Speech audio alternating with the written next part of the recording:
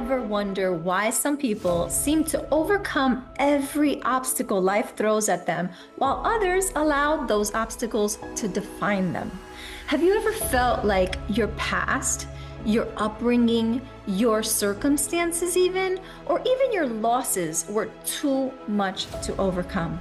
Or maybe you're chasing success, but deep down you know your real purpose is to make a difference in the lives of others.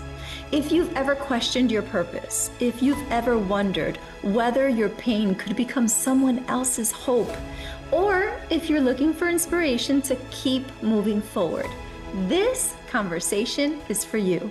Today, I'm sitting down with an incredible woman whose life is a testament that your past does not determine your future. She has overcome unimaginable loss, built an incredible real estate career, invested back into her community, and now serves as president of NAREP, the National Association of Hispanic Real Estate Professionals in South Jersey, helping others achieve the dream of homeownership. Well, I'm Jessica Rojas, and you're watching Real Talk on the Red Chair.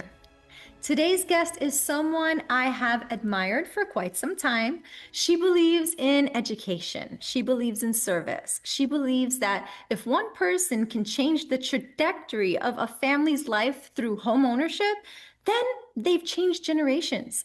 She's been in real estate for more than 18 years. She's a wife, a mother, a community leader, president of NAREP South Jersey, a mentor, an advisor, and someone whose story will remind every single one of us that purpose is often born through pain. Celenia, welcome to the Red Chair. Real Talk on the Red Chair. Thank you for being here. Hello. Thank you so much, Jessica, for that beautiful, wonderful introduction, and also for inviting me on to the Red Chair Talk. It's truly a blessing, and I'm just humbled to be here. So thank you again. Oh, you are so very welcome. I am honored to have you. And for those who may not know you, who is Celenia Martinez beyond the realtor? When someone asks you what your mission is in life, what do you tell them? My mission, well, my name is Celenia Martinez. I've built it myself a brand by Selly Sells, starting in real estate in Philadelphia. However, who is Celenia? Celenia is just a regular person, just like you, just like me.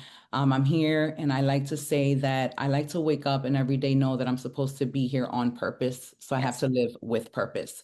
So Celenia is a wife, a mother, a sister, a friend. I like to say that as soon as anybody marries me, as soon as anybody meets me, they marry me, just because of the light that I have, the light that I shine, and the light that I see in people. So, if I can say anything about myself, I just like to inspire. And that's who I love Celenia it. is. That's one of my favorite words is inspire. Well, you grew up in Philly. Yes. You didn't grow up with every opportunity handed to you. So how did those experiences shape the woman that you've become today? Well, we all have a story, right? And it Mm-hmm. all depends on what we do with our story and if we become victims to our story, products of our environment, and so on. Right. I just decided to not become that. I was born and raised in Philadelphia, North Philly Badlands, and everybody has a root, right? And that's where my stomping grounds and that's where my root is from.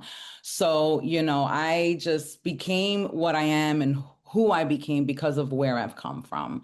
So because I came from North Philly, from a single mother of 4 children, I just had to be strong and understand what persevering and being resilient is, especially in a Latino community where, we were brought up with the welfare programs, with the Section 8 programs, with the free Saturday lunch programs. People like to remember the block of cheese. So, we Yeah. remember those things. If you're from, less fortunate communities, then I'm talking your language. Right. But, that is pretty much what inspired me, just seeing and coming from the struggle and not Yeah. having the same opportunities that I am able to provide my children now, living in the suburbs, living in South Jersey. So, I've definitely sacrificed, but I've taken a lot of blows too. So, I just like to say that you got to keep going. You Absolutely. cannot become your story. You have to live beyond that. I believe that wholeheartedly. If you will allow me to, I'd love to talk about a little bit about your father. I know your father was a real estate broker, right? Ironically, Yeah. you originally wanted nothing to do with real estate. Tell us about that journey and what changed your heart about real estate. Well, originally I was in high school and I was born with the natural God-given talent of being able to sing. So I went to Franklin Learning Center, also known as Franklin Learning, FLC in Philadelphia, and I had to audition. I became a vocal major there. From there, I dropped out of high school because my mother was a single mom of four kids and things were just hard. At the age of 15, I ended up leaving Mhm. home, just because as a teenager in the hood, you become a rebel and you don't want to listen to any type of authority. So unfortunately, Right. I was one of those teenagers and I'm not listening to her. No, I'm not going to bed. Nope, I want to do this, I want to do that. So from there, the reason I went into real estate is yes, my father was a real estate broker at the time, and he was looking for someone who was passionate and wanted to become in real estate. And I didn't know a one word of Spanish. I was a high school dropout. And from there, I said, you know what, Pop, I need an opportunity. I was a waitress. And I said, I do not want to be a career waitress for the rest of my life. So finally, my father was a successful real estate broker, unfortunately, although I was raised by a single mom with four kids, that doesn't mean that he was always present and always providing, right? So what happens? Whose responsibility is typically to step in and help? The oldest child. And that was me. So as the oldest child, I just wanted to make sure that other people and other single moms growing up didn't have to go through the same struggles that I had to watch my mom go through. So, being born and raised in North Philly, I can probably drive in the same communities that I still work in and be like, I live there, I live there, I live there, I live there. So that is what initially sparked me wanting to do real estate, along with knowing and hearing it because my father was in it. But mainly it was because of how many times I had to pack up and move my entire family with my mother. And as an adult, I can only imagine how uncomfortable that is for a mother, Mm, having to pick up your children and go and not be able to and not be fully being able to understand it as a teenager, right? I was just told, did what I was told by mom and right. pack up, ponlo in contractor bags. I'm like, no boxes, no contractor bags, and let's go. I'm like, all right. But now as an adult, I understand, wow, we were getting evicted if we had to go. Mm. So once things like that started like coming back to me, I said, whoa, I'm going back to my community and I'm going to continue to educate. And that's what I ended up started doing. So I left the waitressing world and I became a real estate professional. And here I am now, 18 years later, still very much so rooted in my community in North Philadelphia. Wow, I love that story. And thank you so much for sharing that. You're welcome. There's something, it's going to be hard for me to even mention because talking about this even makes me emotional. But um, I saw that you mentioned it about your son. Yeah. And one of the things that touched me the most about reading your story was learning about your son. Oh, Being a thanks. mom of boys, I know this isn't easy. This isn't an easy subject, but I also know that there may be someone watching today who needs to hear your story. Yeah. How did that season of your life change you? How did your faith carry you through one of the darkest moments imaginable? I would have to say that first and foremost, I wouldn't wish this on my worst enemy. Okay. I don't think anyone should outlive their child, especially an 8-month-old baby who didn't get a chance to live yet, right? So my son was born with a rare genetic chromosome abnormality called trisomy 14. I was 24 when I had my son. He was my only son, my firstborn son. And that's like what every woman wants, right? A mama's boy. Ese cariño, ese amor, nunca te va a dejar, right? Mm-hmm. So of course I had it. I was excited, but I was young. I was in love. I didn't understand the severity of the condition and the illness that my son was born with. So long story short, I didn't find out my son was sick until he was 22 days after he was born in an incubator. From there, he was only alive 8 months, but I did about maybe 12, 13 surgeries just to try to keep him alive. And again, remember, Wow. I'm 24 years old at this point. Do you think I had the mentality and the mindset to make those type of choices and decisions all along struggling in the hood, paying rent and got landlord knocking on my door at that point, right?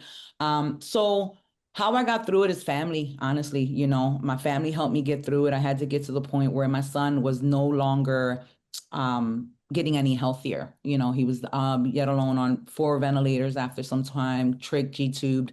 And I had to have my moment and sit with God after a while and just really pray and sit in it. I like to say sit in your shit. Yeah. I like to sit in it because in that moment I had to really sit down, reflect like Celenia. First and foremost, you're leaving your son alive for your own selfish purpose reasons, right? You want it because you want the boy. You Right. want your son. However, at the same time, your son is staying and being alive by 4 ventilators. This is not a life for you, nor is it a life for him. So I just started to pray to God, and I had to literally sit in the hospital alone some days just so that I didn't have any outside noise, anybody's opinions, mothers, fathers, siblings, cousins, abuelas. Because with families, everybody, well, Latina families, everybody got something to say. So long story short, I had to make the decision to let my son go.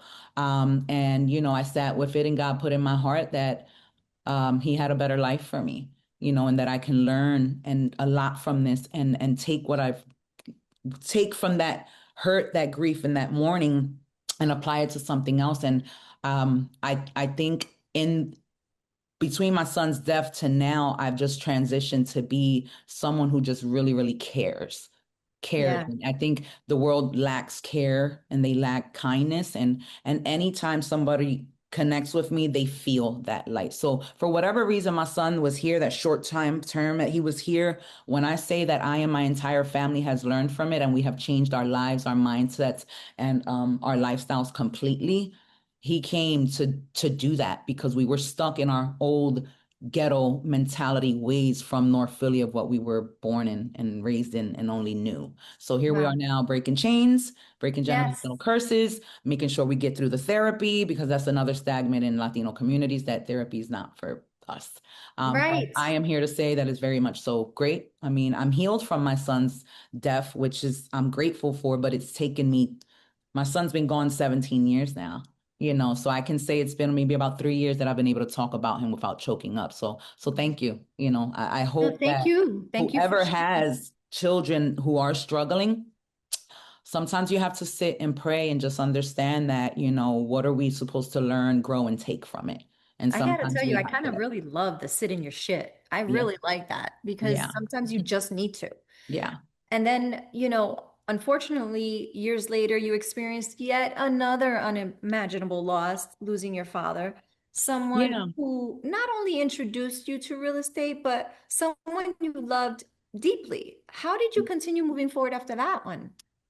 Well, I can be 1,000% transparent with you and let you know that I am nowhere near healed from that journey just yet. Okay. So what happens with that is that my father was a successful real estate broker in the city of Philadelphia for quite some time, over 35 years actually. His name was Orlando Martinez Sr., a little fat calvito guy. Everybody loved him. He was a gentle giant.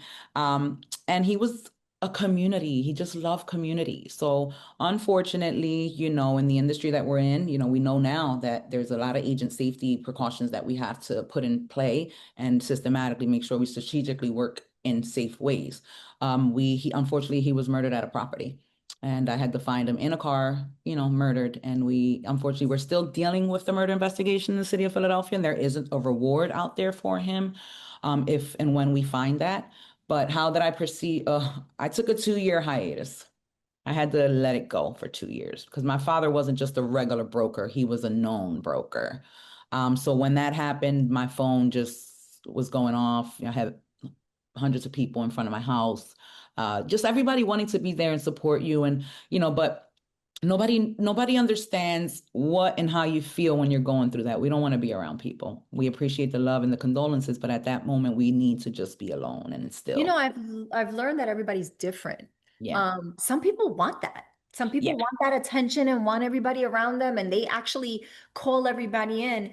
Yeah. And then there's people who just need to be alone, Yeah. you know. Well, And I being as can't though the imagine. The wanting to type of the have a lot of case, people around. the because of the case and because of how gruesome the murder was, is like, all right, yeah, we just can't be in the public's face. We don't want, and we had to just protect the investigation as well, which by the way is still not solved 8 years later. Wow. So what did I do with that? I turned my negative into a positive. I'm like, okay, somebody took the joy of my life because although I didn't have a great mommy daddy daughter relationship, I was still very much so a daddy's girl in my eyes. You know what I mean?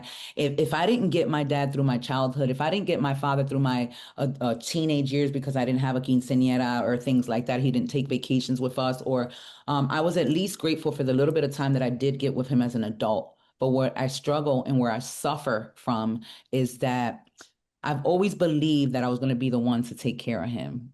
Cambiarle pamper if I needed to, Yeah. right? Right. Cocinarle if I needed to. And that was stripped from me. And the most hardest part of this all is him not witnessing my success because I've surpassed what my dad has done now. So, and that was on purpose because a coward took my father's life in the peak of his career, I then came and started creeping in. And here I am now. I've climbed that ladder and I'm like, I'm here to stay. You took my father's legacy, but now I'm creating my own, or I'm living his legacy now. And I'm grateful. And I there's not a doubt in my mind that he's not near me at all times because I I was I just don't, going to say, you were mentioning that he didn't get to see it. He sees it. yeah. He sees it. He's by your side all the time. I sure hope so, because when I tell you that again, I just don't do this for me. It's beyond me. I do it for the people before me, like him. And I do it for my children and of course what's to come afterwards. You know what I mean? But, I say all that to say that I couldn't take this one negative thing and break Yeah, my soul because then the devil won or the enemy won. And I'm that's not it. going to allow that to happen because if I have a purpose and a reason to live, nobody's going to get in my way. That's right. So, and here I am, and I'm grateful because I'm blessed and I'm humble. Don't get me wrong. Never in a million years would I thought a North Philly Badland girl be sitting in a presidency of a national chapter. And I'm just when all I say is just God's timing, and we can't question why things happen because we just don't know what's at the end of that tunnel for us. Absolutely. I agree. There's one thing that I noticed about your story. You never talk about sales. You never talk about that part of it. You always talk about serving Yeah. and helping renters become homeowners, helping people repair their credit, helping low-income families, and helping single mothers, first-time buyers. Why has education become such a huge part of your mission? Well, again, as a Latina, I have grandmas who don't know how to read and write. You know what I mean? I have mothers and grandmothers that still don't own property and never have owned property. I still have family members who are on Section 8. Why? Because there's not much education in our community. So when I came into this industry, I came in on Kensington and Tioga. It's considered Kensington Beach right now in Philadelphia because that's where the opiates and the drug opiates are and the manteca, all the zombie land they call it. And that's where I started. My father and I, we started our first office there. So from there, every Latina that came in had 300, 400 credit scores. And I had to start turning them away because there wasn't anything I can do for them. I couldn't rent to you. I couldn't sell you a house. So instead, I ended up teaching myself credit repair, and I started with myself because I was one of those Latinas that had 430 credit scores.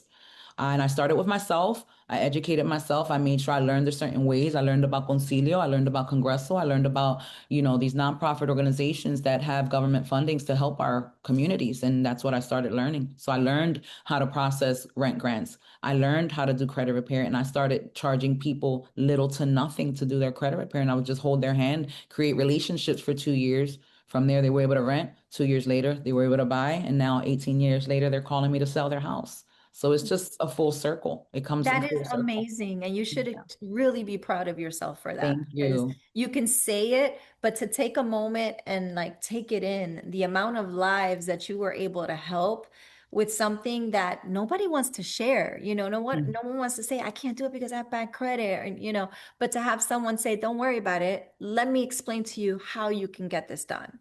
And I That, think it's that's just making sure somebody believes in you. Yeah, Again, in generations, and generational curses are, comparing siblings with each other. There's a favorite here, there's a favorite there. And I think, in some communities and in some families, there's a lack. There's a lack of, somebody wants to help you. So again, if you have that one person that can if I can do it, you can do it. And that's absolutely. sure as hell what I'm teaching people. If I can do it, anybody else who's watching this show today can do it. And if you don't believe Absolutely. in yourself, call me. I'm gonna make you believe in yourself. I love it. I love it. Now, you mentioned today you are president of NAREP South Jersey. For someone watching who has never heard of NAREP, tell us, what is it? Why should agents become involved? And why does it impact the communities we serve? Well, NAREP has been amazing. First and foremost, NAREP is a nonprofit organization and it stands for the National Association of Hispanic Real Estate Professionals. So it's not too much for the consumer, but it's more educating us Latino real estate professionals. And it doesn't have to be Latinos, it can be minority. Why? Because everyone deserves home ownership, Yes. not just a certain color. So NAREP is a phenomenal organization. And what we do as real estate professionals, we have members, we have different chapters all over the world. We have over 70,000 members, over 120 chapters. And what we do is sharpen professionals and providing the resources, continuing to educate, network with other real estate professionals so that we can continue to have the tools and the resources to keep Latino homeownership sustainable. It's a big deal. I was given the opportunity now 2 years in a row to go into Washington, D.C., Capitol Hill, and speak with state legislators about the lack of inventory, about the lack of laborers, about why did they cut off FHA buying for, immigrants that are here with working papers. You know what I mean? If they can work here, why the hell can't they live here? So it has to take a group of people who are passionate about wanting to make sure that Latino homeownership stays affordable and sustainable. Because as you see, our own communities are being pushed out of their communities. Where our rents used to be $800, they're now $1,800. Right. And a lot of these Right. families are very much so low income. So where are they supposed to go if no one's vouching and no one is fighting for affordable home ownership? So Right. the best thing about it is that with NAREP is that we do things in numbers too. We do have a home ownership report that shows you in real time how rapidly Latino home ownership is increasing. And that is where the magic happens at in NAREP. So, we are hoping and we're projecting that by the year of 2055, about 75% of America is owned by a Latino. Talk Wow, about I it, love those you know? numbers. Yeah. Well, I So I it's wanted great. to, it's great, it's interesting, and I love the initiative, and I love how it's being, agents are being educated.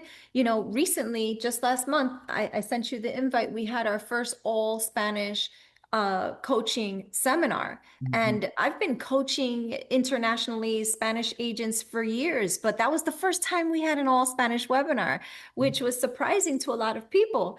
And you mentor. I love that you mentor agents. Why Yeah. is it important for successful people to reach back and help others?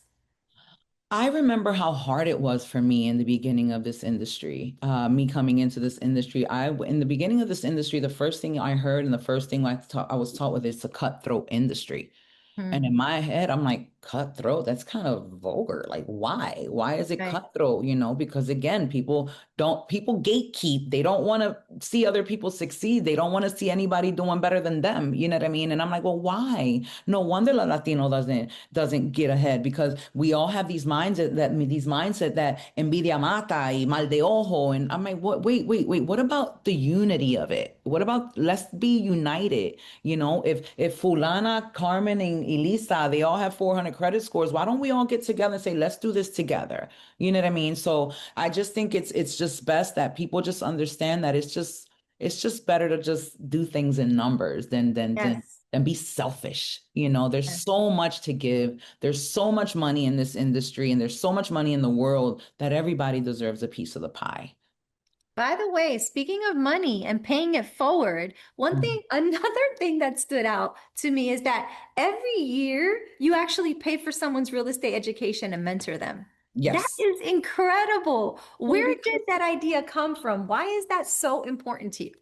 Because I would always sit with people, oh, Sally, you're so inspiring. I want to do what you do. Are you willing to help me? Are you willing to train me? You willing to coach? I'm like, yeah, we can. However, the first step is you. I can't want this more than you can want it for I yourself. say that all the time in my first coaching session. Exactly. So I'm like, what is it that you want? So I say, let's see, let's come up with a goal. Let me see you show up for yourself at least 2, 3 months. If you're showing up for 2, 3 months, all right. Okay. And a lot of times I got there, I don't $500, $600 for the course. I don't have that. I'm like, well, the schoolings have pay as you go, they just won't release your transcripts. So what I did, I was like, you know what? I'm just gonna bless one person a year. If I can bless one person a year that wants to take that leap of faith or wants to get out of the corporate world or wants to get out of Walmart for crying out loud because they've been there for so long. And I'm like, all right, come next to me. I'll teach you. If you listen to me, teach me, let me guide you and steer you the right way, you will be a successful real estate agent within the first year. So I do that. I started I with my love it. family members. My daughter's 21 and is a real estate professional and already owns property. So I have what it takes. I think it's just like, again, it's just a calling. I'm here to Right. serve. And for Yeah. whatever reason, I'm going to continue to serve until God tells me, all right, pivot somewhere else. But that's Well, why I do it. Because people just, in our communities, 500, 600 bucks is a lot, especially if they're on fixed incomes. yes. Yeah, I hear it all the time. You Mhm. know, being an entrepreneur isn't glamorous every day. Okay. There are setbacks, long hours, self-doubt. What advice would you give someone who's just starting right now? What advice I would give someone just starting right now is give yourself grace. Okay. I love that. Give yourself grace. You're not going to come into this business and take off like a rocket ship. You're not going to take off into this business and take off like a rocket ship. Definitely get a mentor immediately. You know what I mean? Ask 1,000 questions. There aren't any right or wrong questions in this industry, especially when you're learning. Yes. Um, and most importantly is just show up every day for yourself. Yes. What about someone who's ready to quit? Someone who's ready to quit. Man, I've been there plenty of times, right? But I was being taught by a real estate broker, and I think whether you're starting or being ready to quit, the best thing that resonated with me with this saying is be led by something greater than money and the rest will follow. Yes, I love that. Okay? Because whether you're just starting this business, everybody's sight and mind is going to be on the money. But if you attach an emotion to it, it's going to come. And Same that's thing if why I you're always willing, ask about somebody's why. right? If And if you you're willing have, to quit, again, be led by something else greater than money. Because if you're ready to quit, you're quitting because the money's no longer worth it to you. It's no longer worth the stress, but be led by something else. Be led by attach that emotion to wanting to help a community, wanting to help a certain audience, or pivot to something different. You know what I mean? But don't get out of the home ownership thing because we definitely need continued people there. absolutely, absolutely. We need good representation there. Now, Yes. let's talk about balance. Now, you're a wife, you're a mother, you're an investor, a realtor, a leader. How do you balance all of those roles without losing yourself? A lot of prayer. A lot of prayer, and I have to give myself a lot of grace. Do I cry? Almost every day, Mm, right? Um, all of these many hats that we wear can become very, very heavy on a daily basis, right? But we get to do these things. I know people who are missing limbs. I know people who don't know how to talk. I know people who are blind. I know people who never have been able to witness a beach, so we get to do these things. So when it comes to that, when it comes to my proper balance, I do have to find the time to put my phone away and be okay with it. Does it cause me a lot of stress and anxiety? Absolutely. Why? Because when I come back to the phone, the workload is going to be double than what I left it. But it's very important to take those moments for yourself. And if you got to cry, let it out. Sometimes it's just a good release, you know. absolutely. But Do what I loved about what you said is we get to. yeah, You don't have to, you get to. It's an opportunity, it's a blessing. You get yeah, to do these things. absolutely. So now when you think about legacy, when people hear the name Celenia Martinez, what do you hope they remember? I hope that people just remember how big my heart was. I hope people remember me as a giver. as a believer. Um, I just want them to I don't want people to remember me for the show of things. Oh, I remember her. She was always doing this, always there, always there. People know that I'm the life of the party. People know I'm funny. People know I'm strictly business when I need to. I know how to play hard. I know how to party hard. I know how to work hard. But I want people to just remember that when I'm no longer here, if there can be just someone after me doing and things the way that I left things, they don't have to do things my way, but do it in the matter of how I would do it gracefully. But just know that I've always was committed to my community. I love them, and I always wanted to see us luchar pa'lante. Absolutely. Absolutely. Okay, rapid fire. Yes, Rapid fire questions. One word that just describes you. One word. unstoppable. Oh, I love it. Love it. I actually had one of my coaching clients write that and put it up again on by her desk I'm to definitely remind her, unstoppable. to There's nothing remind. there's nothing that can stop me. Love The it. good, the bad, or the ugly. Favorite book? My favorite book is The 4 Hour Work Week. Mm, yes. It's hard, but I'm still learning how to do that.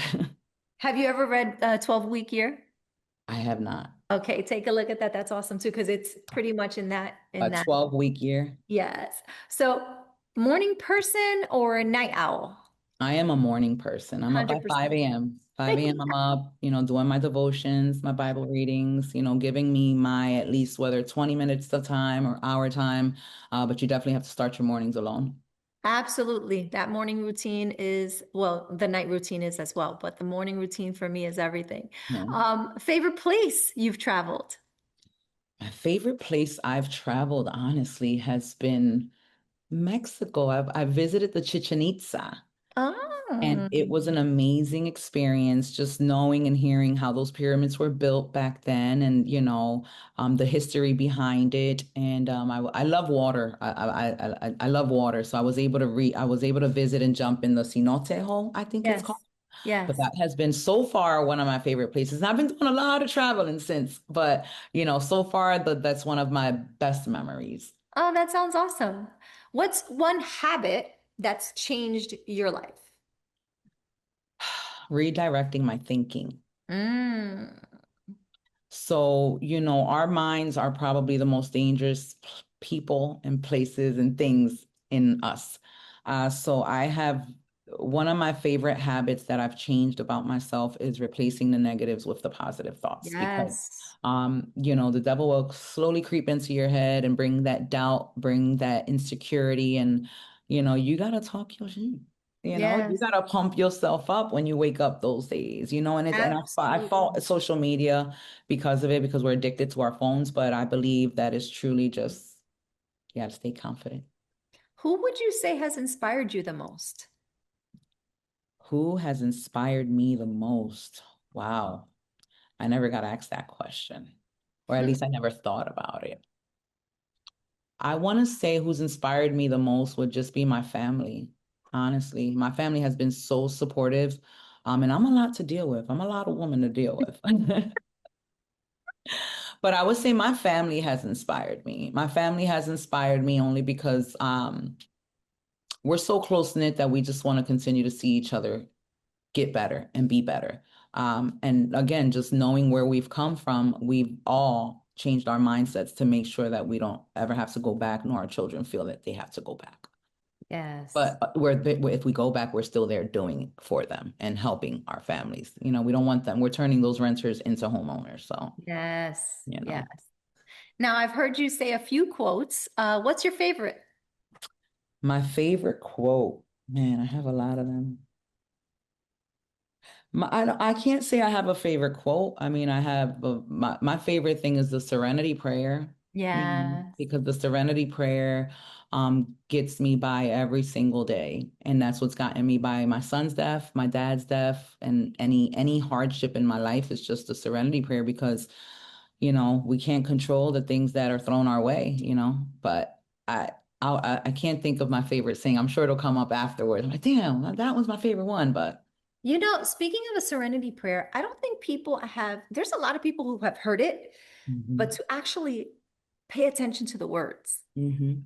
and Mhm. really sit in it and Right. really reflect what it's saying is Right. when it becomes more and more powerful to you.